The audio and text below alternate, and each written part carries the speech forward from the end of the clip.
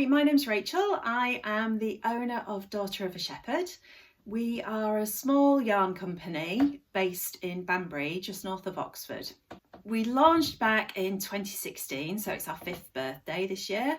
What originally started as a bit of an experiment has gone on to become my day-to-day work. Back in 2015, I was visiting my dad, who shepherds a flock of Hebridean sheep used for conservation grazing on an estate just outside York. And they'd had the check through from the wool board, and the value of it for 450 fleeces came to roughly, I think it was 90 pence. And that represented 10% of the final total that they'd received. So it valued the fleeces at roughly 3 pence each. And the owner of the flock said it's just not worth us sending it. So the next year's clip was sat in a barn, and the occasional fleece was pulled out and used around the estate for repairing hedges and protecting trees. And also for you, it's great. I mean, the fleece is great for use on gardens. But otherwise, there was quite a large bundle just sitting there doing nothing. And as a knitter, I kept looking at these sheep, who are an incredible colour. They're this beautiful, dark, natural brown. And I thought I'd like to knit with it. Why can't I? So I went off and started thinking about the possibility. At the time, I was working at Loop in London, and also as a tech editor on several magazines and for a couple of different publishers. So it was going to be quite a diversion from my regular work. But a holiday on the island of Gotland with some friends really sort of pushed me on, and there you can see the Gotland sheep grazing in the field, and you can call into the farm shop and buy a skein of their wool. And all the farms on the island send their fleece to the mill. When you go to visit the farm shop, you can pick up milk and eggs and a skein of wool from the sheep, which has come straight from the sheep who are grazing in the field next to you. And the whole process just makes so much sense. After being in the industry and knowing how much fibre is shipped around the world, from Australia through China into Italy before appearing in the UK, you lose all those connections between the animal and the product that you're working with. And so much is taken away from the natural fibre as well in the process. And it's just a shame. It's a shame. And in amongst all that, there's also a lot of waste created, and which is basically what was going to happen with this initial clip that I ended up buying. I got home from the holiday and I had some savings for our mortgage deposit. And I spoke to my partner, and he's like, yeah, do it. Give it a go. See what happens. So I started the process of trying to find out how to spin it and find somebody who would, and all roads led to John Arbon, who I spoke to at a show. It took a sample for him to look at, and he said, yeah, we'll give it a go and see what happens.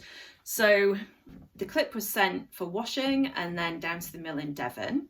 In February, I received a box, the following February, I received a box of spun wool, about 25 kilos from the mill, and an email to say, I'm sorry, we can't spin any more as it is, because the fibres are just too short and it's breaking as it goes through the machines. So I thought that was the end of it. And, you know, we'd given it a go and we'd tried, and as beautiful as this wool was, it wasn't going to be possible to spin anymore. But John suggested we start blending it in with a 25% Swarbles fibre, which is very similar colour to the Hebridean but of a longer staple length, and so that would give the Hebridean something to cling on to as it was spun.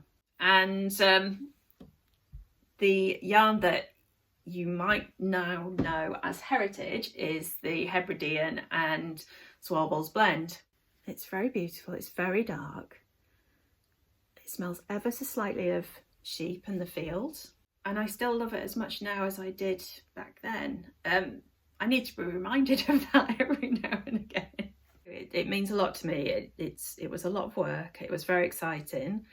I had some incredible support along the way, and I've been lucky to make a lot of friends through this humble fibre as well.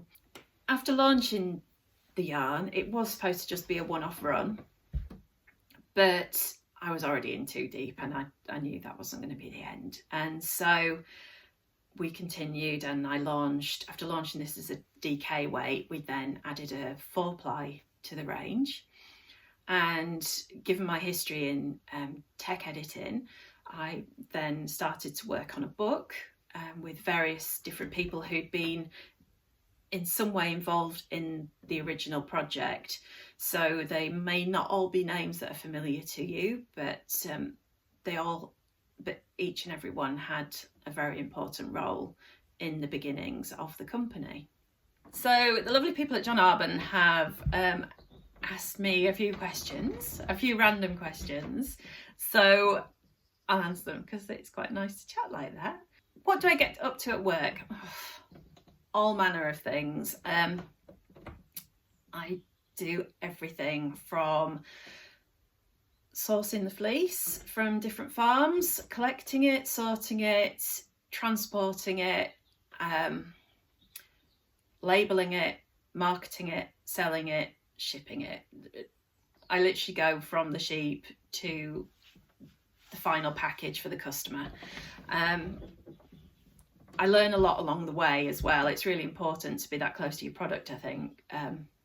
Keep an eye on things, keep standards up. I'm very lucky to get to meet so many people through this work. That's one side of it that I hadn't really expected. It's taken me around the world, and I've met some really amazing friends through it.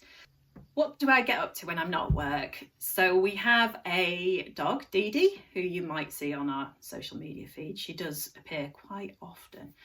And so we go out walking with her. I've loved it the last few years, getting out and about into the countryside, even doing the same walks every day. You see something new. I love watching the seasons change, seeing all the colours, the plants. I've learned so much the last few years about the world around me, even within such a small space. And that was something I didn't expect when we got a dog, but it's been absolutely the icing on the cake. I am a huge fan of the ballet, and if I'm out and about anywhere, that's probably where I'll be, is in a theatre watching dance. I've missed it terribly this past year, and itching to get back, absolutely itching to get back to watching the ballet. And what do I listen to at work? I have the radio on. It's Radio 4 all the way. I love it. Even the Archers I've grown to love. And I never thought I'd say that. What snacks do I like to eat at work? Oh, I'm such a snacker, such a grazer. Biscuits, crisps, fruit, anything. And final random question. What puddings do I like? What's my favourite pudding? Like, how on earth do you expect me to answer that? Because there isn't such a thing as a bad pudding. It's as simple as that. They're all good puddings.